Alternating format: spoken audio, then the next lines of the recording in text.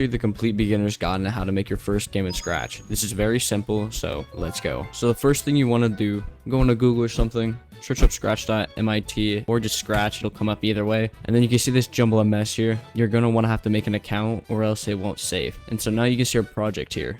So if we scroll over here down to like this little box here, we can see that we have a sprite. This is the default one that Scratch comes with. Now, you can do many things with the sprite. You can rename it here. You can change its positions here, make it show, change the size and direction. And just as like a little bit of a showcase, 100.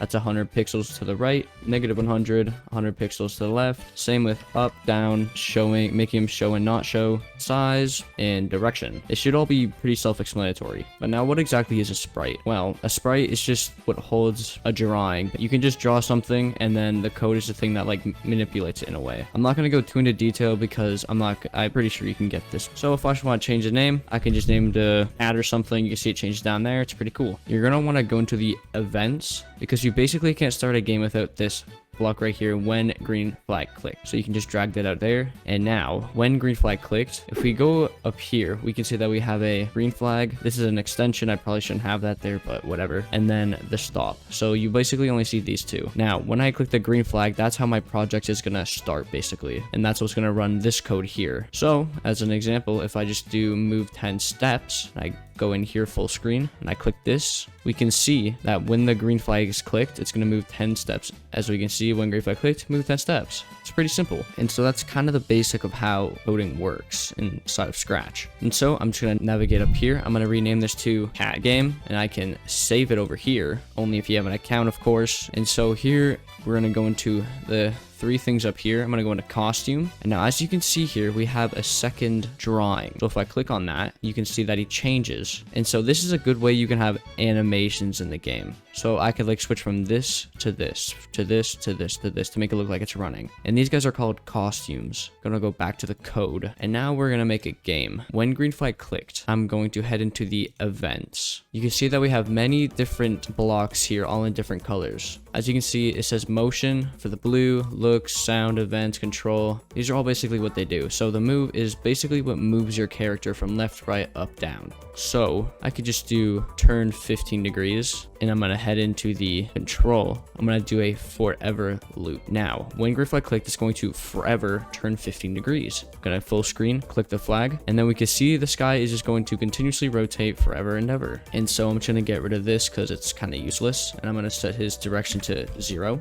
to 90. And so now I'm gonna code some movement for you guys. So you're gonna wanna grab a forever and then an if block. Now an if block is used in basically every single project. It's very essential. And now I'm gonna head over to the sensing and I'm going to drag key space press and I'm going to drag this in this little space here. It's going to extend it and now you have this. And then I'm going to grab a change X by 10 block. Now, as you can see that the change X by 10, that's just 10 pixels. So that's pretty self-explanatory. Now, here's the cool thing. When green flag clicked forever, if key space rest, then I'm going to change the X by 10. So if I go up here again and I hit the space bar, we can see that I just move because if all the conditions comply, it's going to change X by 10. And that's how a lot of Scratch is going to be working, just a bunch of conditions. And so to make this actual realistic movement, I'm going to click this. I'm going to scroll down to D. I'm going to change to 5 because that's pretty fast. And now I'm going to right click duplicate, drag this down here, do A, and then I'm going to do -5. So it's going to go backwards -5 pixels. So if I click start, we can see that I can go right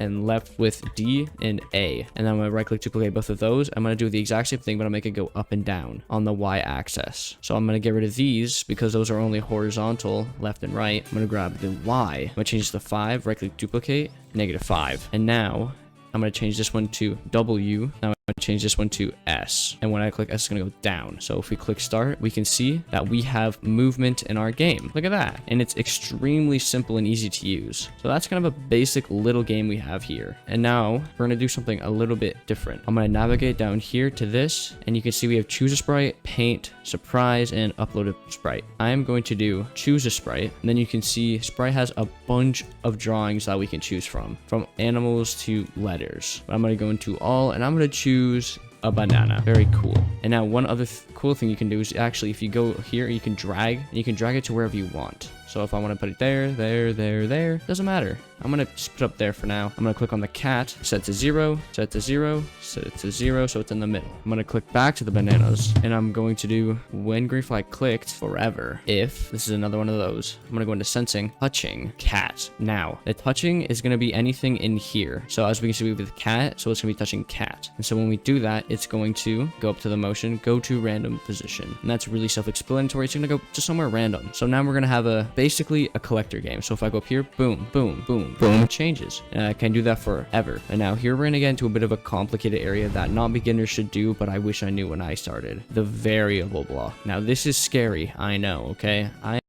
had no idea what this was when I began, and I literally only learned it 2 years after I began using it. So I'm gonna do make a variable, and now just leave it as is. I'm not gonna get really technical for the sprite only, and I'm just gonna call it score, because we need a score, of course. I'm gonna press OK, and now when I start, I'm gonna go drag the set score to 0. So when the green flag is clicked, it's always gonna go back to 0. But now you can see up here, we also have like the score at the top left, because that's basically what the variable does. And I'm gonna do change score by 1. So